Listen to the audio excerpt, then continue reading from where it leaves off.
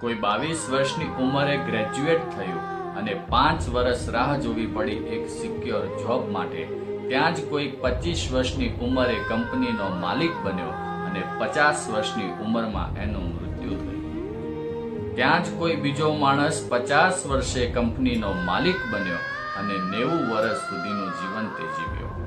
ઘણા લોકો અત્યાર સુધી સિંગલ અને એકલા રહ્યા હશે. ત્યાં જ કોઈક તમારા શાળાના મિત્રો ક્યાંક મમ્મી ને પપ્પા બની ગયા હશે.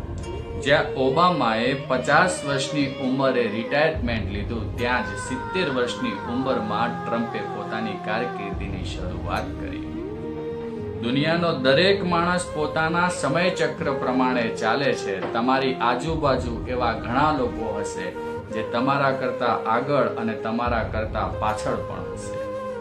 જિંદગીનું આ એક સત્ય છે કે દરેક માણસ પોતાની સમયચક્રના મર્યાદામાં દોડે છે. દરેક જણ પોતાના જીવનની દોડમાં સતત દોડતો જ હોય છે.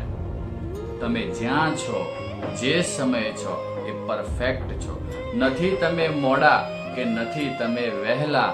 તમારે જે સમયે જ્યાં હોવું જોઈએ ત્યાં જ તમે છો.